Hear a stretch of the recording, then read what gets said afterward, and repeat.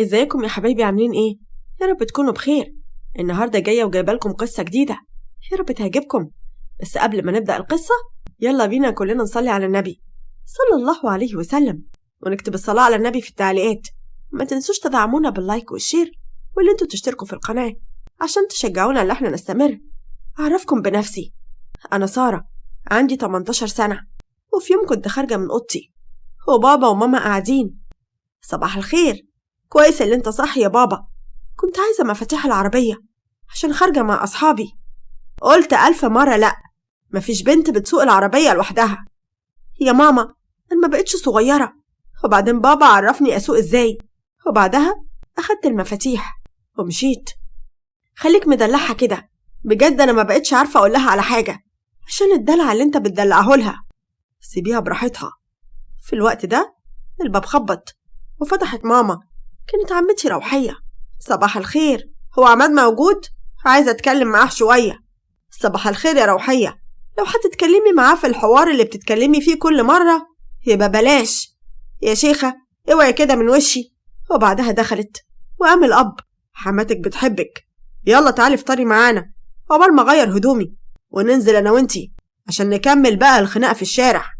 اخصى عليك يا عماد، دي طريقة برضو تكلمني بيها؟ هو أنا يعني عشان خايفة عليك يا أخويا وخايفة على فلوسك بتكلمني بالطريقة دي؟ جرايه يا روحية، هتخافي على فلوس مين؟ شايفاني ايه قدامك؟ شايفاكي يا اختي حملتي واخويا مسافر، ولا انت ناسية؟ اسمع كلامي يا عماد، مفيش مشكلة لما تعمل تحليل وتتأكد. تاني كلام في الحوار ده؟ قلتلك قبل كده أنا نزلت مرة زمان واحنا زعلانين مع بعض، وبعدها نهد بقت حامل، وانا اللي قلتلها بلاش تقول لحد. انت بتتدخلي ليه في الموضوع ده؟ هو انت ليه بتعمل كده؟ عشان نفسك تكون اب مستعد تربي بنت مش بنتك؟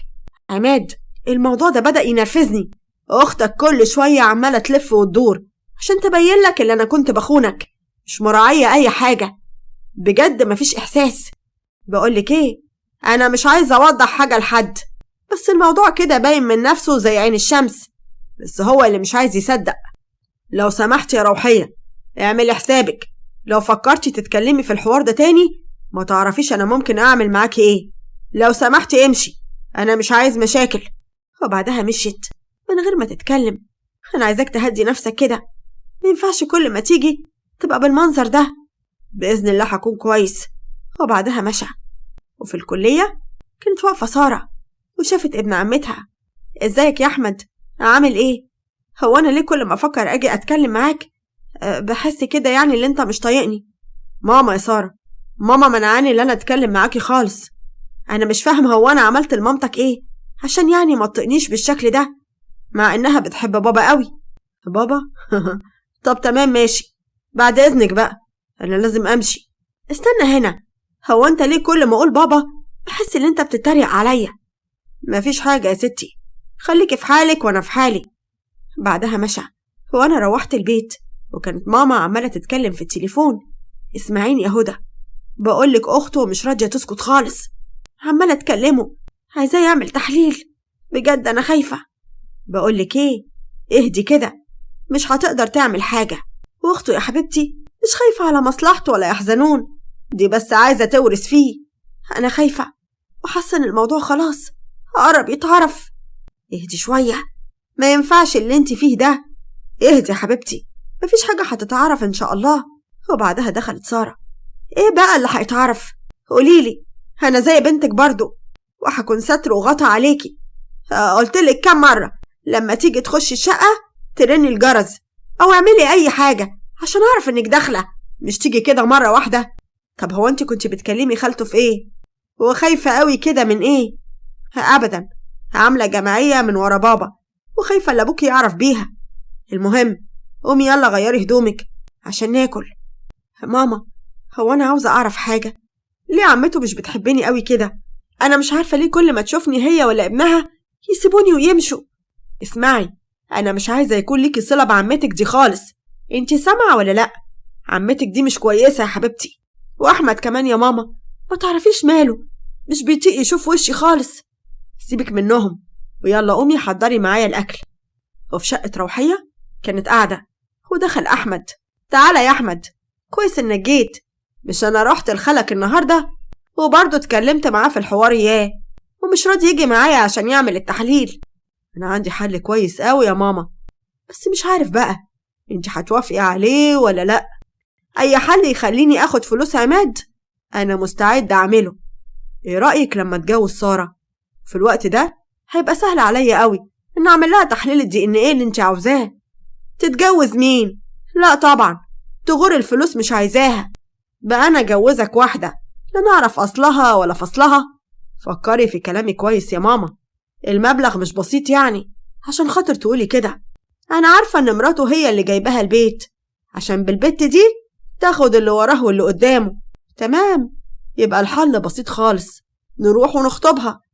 هو أنت فاكر إن نهد غبية؟ ما هي أكيد هتعرف اللي أنت عايز تتجوزها عشان كده. وقف أنت بس وسيب الحوار ده عليا وأنا هتصرف. وتاني يوم كانت سارة واقفة مع أصحابها وقرب ليها أحمد. إزيك يا سارة، عاملة إيه؟ أول مرة تشوفيني النهاردة يعني وما تجيش تسلمي عليا؟ غريبة، هو من إمتى يعني؟ ما أنت على طول مش عايزني أتكلم معاك. قلت برضو أنت مالكيش ذنب في المشاكل اللي بين ماما ومامتك. وفي الوقت ده موبايل سارة رن. حبيبي يا أحلى بابا، معقولة رقمك منور موبايلي كده؟ تعالي على البيت بسرعة. ماما راحت وسارة أول ما سمعت كده أغمى عليها وفوقها أحمد. إيه ده، في إيه؟ مالك؟ ماما مش عارفة حصل لها إيه، وديني البيت بسرعة. وبعدها راحت وكانت هدى واقفة. البقاء لله يا حبيبتي، ربنا يصبرك على اللي حصل. وهي فضلت تعيط جامد على أمها. إزاي ده حصل؟ إزاي؟ أنا كنت سايباها كويسة الصبح. وبعدها دخلت عندها وراح أحمد البيت. إيه ده؟ في يا أحمد؟ مالك واقف كده ليه؟ بجد يا وارث مين يورثك؟ مرات خالي كانت عاملة كل ده عشان خاطر الفلوس. راحت النهاردة مرة واحدة وقابلت ربها من غير سابق إنذار. أنت بتتكلم بجد يا أحمد؟ يا فرحة قلبي، معقولة الكلام ده؟ طب اصبر بقى لما أخش ألبس عباية سودة واجي معاك. ماما بقولك الأعمار بيد الله، وإحنا كمان ممكن نروح في أي وقت. المفروض اللي حصل ده يخلينا نتعظ بقى. اسكت يا واد انت، مش عايزة كلام كتير. وبعدها دخلت تلبس وراحت تعزي. وبعد العزا بكام يوم كانت هدى قاعدة مع عماد. هو انت ناوي تعمل ايه مع سارة؟ أظن ما ينفعش تعيش معاك لوحدك. ايه الكلام اللي انت بتقوليه ده؟ اسكتي خالص، انت هتعيدي الهرتلة بتاعتك دي تاني؟ انا مش عايزة اسمع الكلام ده منك مرة تانية يا هدى. انا بتكلم من ناحية الحرام والحلال. انت شايف البت عاملة ازاي؟ ما ينفعش تعيش معاك. انت عارفة انت بتقولي ايه؟ انا ابوها اللي مربيها. الشيطان شاطر يا عماد، وانا مش عايزة اي حاجة تفتح باب الشيطان من ناحيتك. هي مش بنتك وانت عارف الكلام ده كويس. هو بدأ يفتكر يوم ما نهد كلمته. اخيرا اتصلت بيا؟ في يا بنتي، عمالة اكلمك بقالي كام يوم مش راضية تردي عليا خالص.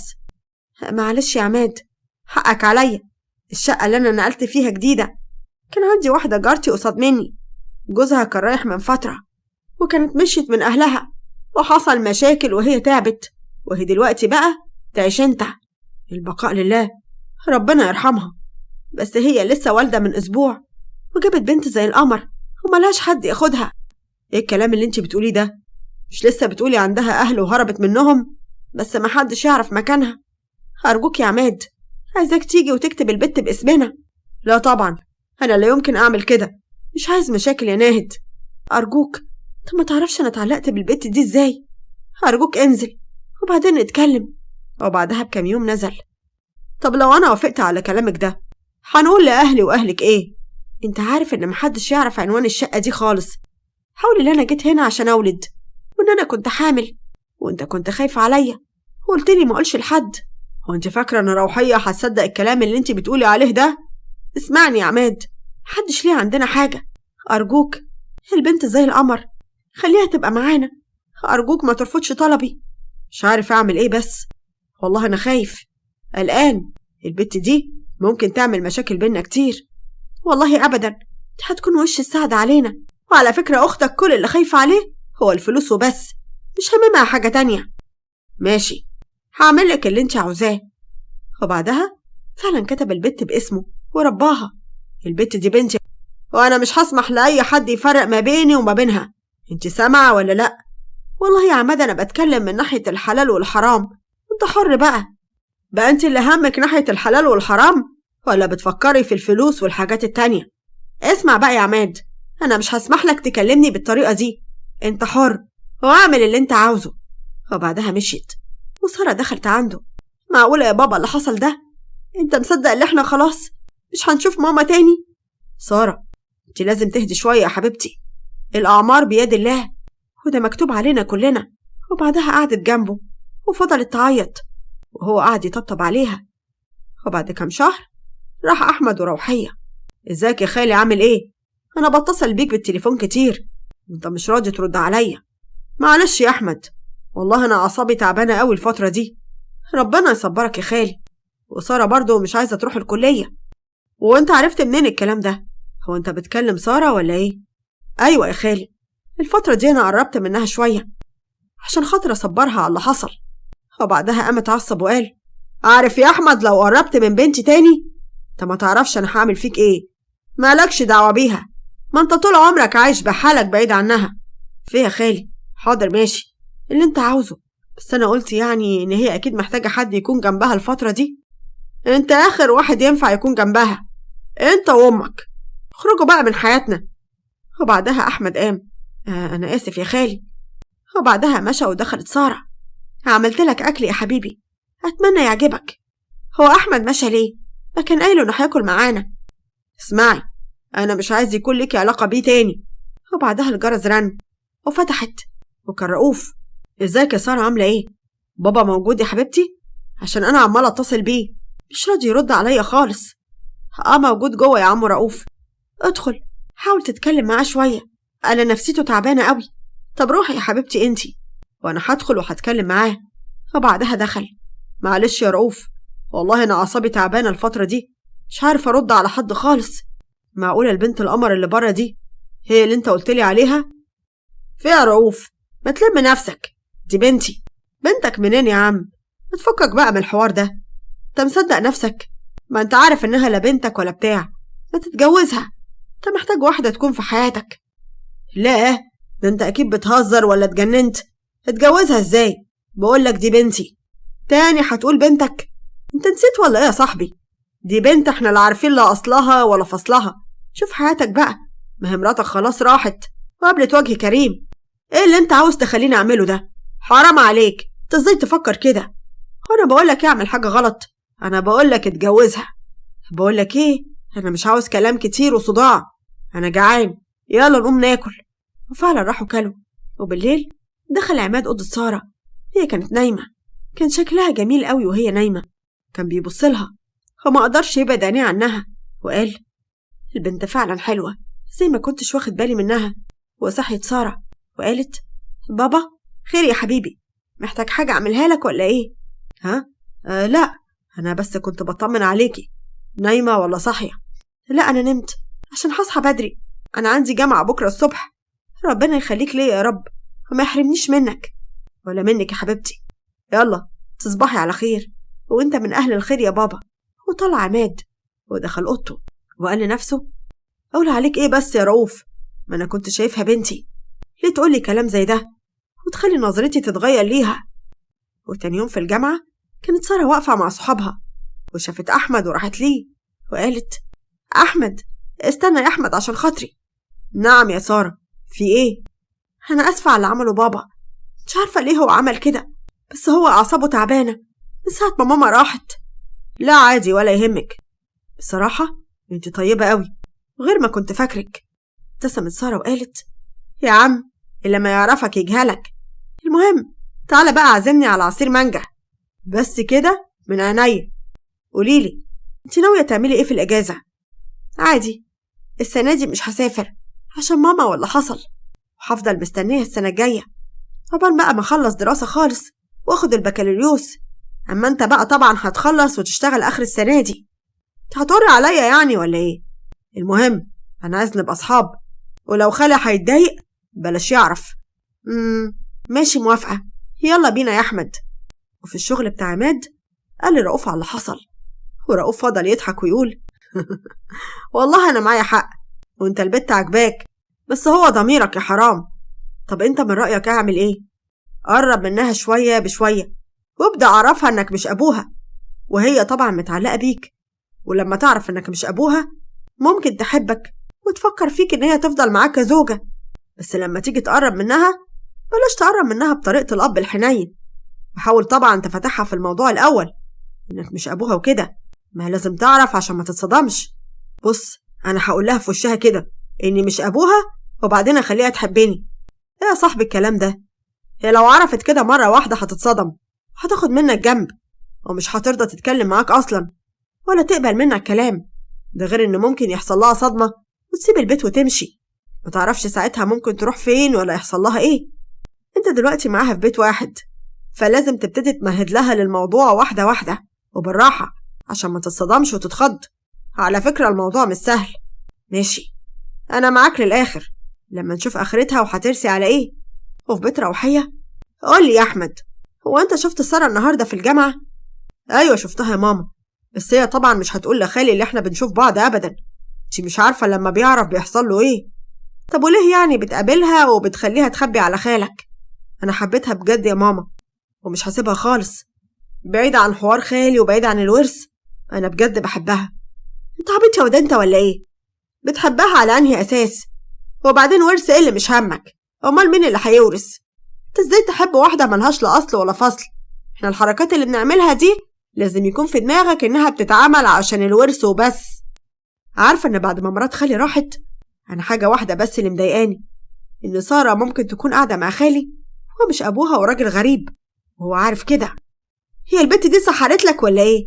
يا أحمد، فكر في الفلوس والورث وبس، وافتكر إنها ممكن تورث كل حاجة من خالك. فكر كويس في الكلام ده، هو ده اللي يشغل بالك. ما تاخد أي حاجة يا ماما، على فكرة هي مش زي أمها ولا زي خالي، هي طيبة، ولو عرفت الحقيقة مش هتاخد الفلوس ويمكن تطفش وما نعرفش كلنا طريقها. طب يا أخويا يبقى خليها تعرف بقى، يمكن تسيب كل حاجة ونستريح وناخد حقنا من وشها. لا يا ماما مش حقنا، احنا ما تعبناش في الفلوس دي عشان ناخدها، وخلي حر يديها للي هو عاوزه. أنا عايزة أعرف أنت إيه اللي غيرك بالشكل ده؟ ما أنت من كام يوم بس كنت بتخطط معايا إزاي ناخد كل حاجة وتبقى الفلوس بتاعتنا. عشان لقيتها مش حق يا أمي، وأنا لما هكبر بمجهودي وشغلي وبس. تصبحي على خير. هو في بيت عماد كانت سارة قاعدة بتذاكر، ورق منها عماد وقال: أعملك حاجة يا حبيبتي تشربيها وانت بتذاكري؟ ده إيه الروقان والدلع ده كله يا عمدة؟ لا، ده أنا هقعد أذاكر كل يوم بدل بتدلعني كده. انت لسه شفتي حاجة من الدلع؟ من النهاردة في تعامل تاني وطريقة تانية خالص. لا معلش بقى فهمني، طريقة تانية ازاي؟ هو انت ناوي تتجوز ولا ايه؟ اتجوز ايه بس؟ هتجوز ازاي واسيبك؟ ما انت ممكن تتجوز من غير ما تسيبني وتقعد معايا هنا بعروستك، ده انا ممكن اختار لك كمان العروسة. اتضايق عماد وقال: هو انت عادي عندك يا سارة يعني اللي انا ممكن اتجوز ولا ايه؟ ده حقك يا بابا، انا مش انانية عشان اقولك ما تتجوز في الاخر انا اتجوز واسيبك. وقف عماد وزعق فيها وقال: انت بتقولي ايه؟ انت مستحيل تتجوزي، انت فاهمة ولا لا؟ ليه كده يا بابا؟ ليه مستحيل اتجوز؟ هو انا مش من حقي اللي انا احب واتجوز ولا ايه زي بقية البنات؟ عماد بصلها بغيظ وسابها وطلع. هو متضايق، وسارة كلمت احمد وقالت له على اللي حصل. انا ما بقتش فاهمة حاجة، ممكن تخلي خالته تيجي تتكلم معاه؟ مش يمكن انتي مش بنته اصلا وهو؟ انت ايه اللي بتقوله ده يا احمد؟ بابا حاسس بالوحدة بعد وفاة ماما، هو مصدوم وخايف ان اتجوز واسيبه زي ماما ما سابته مرة واحدة بقى الله يرحمها. انا مش قصدي حاجة، ويمكن كده فعلا. المهم انا عايزك تخلي بالك من نفسك. حاضر يا احمد، وكفاية كده بقى، كنت صدعتك. انا هروح انام وانت كمل مذاكرة. ماشي يا سارة، وانت في اي وقت تكوني متضايقة كلميني. وقفلت معاه سارة ونامت. وبالليل دخل عندها عماد، كان بيبصلها وهي نايمة. ساعتها حست بيه وقامت بسرعة: ايه يا بابا في حاجة؟ انت عاوز حاجة؟ بصلها عماد بحب: هو انا ممكن اتجوزك؟ ايه؟ انت بتقول ايه يا بابا؟ انت طبيعي ولا واخد حاجة مخلياك مش دريان بنفسك؟ فوق يا سارة، انا مش ابوكي ولا ناهد تبقى امك، احنا جبناكي وربناكي عشان كنا عايزين يبقى عندنا طفل، إنما أنت مش بنتي. بس أنا بحبك. وقفت سارة وزعقت فيه. ابعد عني، ابعد. أنت فاهم أنت بتقول إيه؟ أنا مش مصدقة اللي سمعته. إزاي أنت مش أبويا؟ إزاي؟ وإزاي اللي راحت دي مش أمي؟ بقولك إيه، إحنا هنسافر وهعملك بطاقة باسم تاني ونتجوز ونعيش هناك، وخليكي تعملي كل اللي نفسك فيه. هعملك كل حاجة أنت عاوزاها ومش هحرمك من أي حاجة. عيطت سارة وقالت: اللي أنت بتقوله ده حرام عليك. أنا همشي من هنا دلوقتي حالا، أنت فاهم ولا لأ؟ مستحيل، أنا مش هسيبك تتحركي من هنا لأي مكان، واللي أنا عاوزه هيحصل بالذوق أو بالعافية. وسابها وطلع. وهي كلمت أحمد وقالت: أيوة يا أحمد، بكرة الصبح بعد ما بابا يمشي على الشغل تعال خدني. طب في إيه؟ طيب حصل إيه؟ اتكلمي، انت بتعيطي ليه دلوقتي؟ أنا بكرة هفهمك على كل حاجة. وتاني يوم كانت سارة واقفة مع أحمد تحت بيت هدى أخت ناهد. بقولك يا سارة، أنا مش هسيبك غير لما أفهم مالك وحصل إيه. امشي يا أحمد وأنا مش هكلمك تاني، لو سمحت امشي. تصدقي اللي أنا فعلا غلطان؟ سلام يا سارة. مشى أحمد. وسارة طلعت وسألت خالتها وقالت: هسألك سؤال وانتي بالله عليكي ما تكدبي عليا. يا بنتي في ايه؟ اتكلمي، ما تشغليش بالي عليكي. هو عماد وناهد أبويا وأمي بجد؟ توترت هدى وقالت: ايه الكلام الغريب اللي انتي بتقوليه ده يا سارة؟ أنا مش بقول كلام غريب، أنا بقولك الكلام اللي قاله جوز أختك لما جه امبارح ودخل أوضة نومي وقالهولي بالليل وأنا نايمة. أنا هقولك كل حاجة يا سارة، هما فعلا مش أهلك. انت أمك وأبوكي راحوا وقالت ليها اللي حصل. ساعتها سارة قالت بدهشة: انت ايه اللي بتقوليه ده؟ يعني أنا ماليش أهل؟ أنا عايشة عمري ده كله مع ناس غريبة؟ اهدي حبيبتي وخليكي عندي، وأنا مش هخلي حد يقرب منك ولا حتى عماد. هو أنا لسه هستنى؟ أنا همشي وهسيب لكم الدنيا كلها. ومشيت بسرعة في الشارع، كانت عمالة تعيط. وفجأة عربية خبطتها من غير ما تاخد بالها. وفي المستشفى كان عماد واقف معاه رؤوف اللي قال لي: بقولك ايه، انت لازم تسافر يا عماد عشان الصفقة اياها. اسافر ازاي واسيبها هنا؟ انا ما عنديش قلب ولا رحمة. البنت اتصدمت من اللي قلته لها، ما استحملتش. اعمل لك ايه؟ ما انت اللي غشيم، في حد يعمل كده؟ ما انا قلت لك لازم تمهد لها بالتدريج وبالراحة. تقوم كده داخل عليها مرة واحدة بالليل وتقول لها الكلام ده؟ على العموم سافر انت وانا هفضل هنا معاها. تفضل فين بس انت كمان؟ انا مش همشي غير لما اطمن عليها.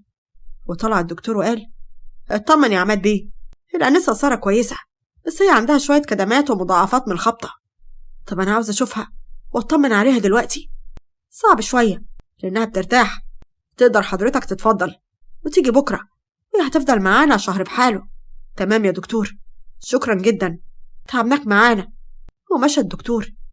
روح بقى شوف شغلك وسافر، وانا بكره هجيلها واطمن عليها وابلغك. ماشي يا رؤوف، وخلي بالك منها، انا مش هوصيك. ومشى عماد. وتاني يوم كان رؤوف رايح المستشفى وشاف هدى. ازيك يا هدى، عامله ايه؟ بقالنا كتير قوي ما تقابلناش. انت مين بس اللي قال ليكي على اللي حصل؟ انت بتعمل ايه هنا عند ساره؟ هكون بعمل ايه؟ بطمن على بنت صاحبي هي وناهد. هي ما قالتش ليك اللي انا بقيت شريك جوزها ولا ايه؟ بنت صاحبك؟ يا استاذ رؤوف، دي بنتك انت. بقى انت جاي تطمن على بنت صاحبك اللي هي في الاساس بنتك؟ ايه ده؟ ايه الكلام ده؟ انت اتجننتي ولا ايه؟ انت بتقولي ازاي الكلام ده؟ امال ايه حكايه انها بنت جارتها لا، هي بنتي انا، وهي قالت كده لجوزها عشان خافت عليا من الفضيحه بعد ما انت سبتني ومشيت. يعني ساره تبقى بنتي؟ وانا اللي كنت عايزه عماد. شفت بقى الدنيا، واكنها اتخافت تقولك على حاجه زي كده عشان ما تاخدش البنت منها. وموبايل رؤوف رن، ولما رد بص لهدى وقال: عماد عمل حادثة وتعيش انتي. تفتكر دي فرصة عشان نعوض اللي راح زمان؟ أنا اتجوزت مرتين وطلقت، بس بعد اللي حصل ده أنا مش هسيبك يا هدى. هنتجوز ونقضي اللي فاضل من عمرنا مع بنتنا. وراح هناك لو أحمد قاعد مع سارة. أيوة، مين الأستاذ بقى؟ أنا أحمد ابن عمتها. حضرتك اللي تبقى مين؟ أنا أبو سارة. أنت أبويا؟ إزاي الكلام ده؟ أنا مش فاهمة أي حاجة. أنا أبوك يا سارة، والست دي هي اللي أمك مش خالتك. ودلوقتي هنفهمك كل حاجة. وبعد 2 سنين كانت سارة لابسة فستان الفرح، ودخلت عندها هدى وقالت: زي القمر يا حبيبتي، أحلى عروسة شافتها عينيا. طبعا ما هو القرد في عين أمه غزال. يا بنت بطلي هزار بقى، اوعي بقى تتجوزي وتنسينا. أنساكم إيه؟ ده بابا كان شرطه الوحيد اللي احنا نتجوز أنا وأحمد في نفس العمارة عندكم. احنا عاوزين نعوض العمر اللي راح واحنا بعيد عن بعض، وخصوصا هو. على الأقل أنا كنت بقابلك كتير وبشوفك. طب بلاش بقى نقلب في اللي عدى وتعالي نخرج بره. الواد أحمد زمانه قلقان. وبكده تكون انتهت الحكاية. نشوفكم في قصة جديدة، وما تنسوش دعمنا باللايك والشير والاشتراك في القناة.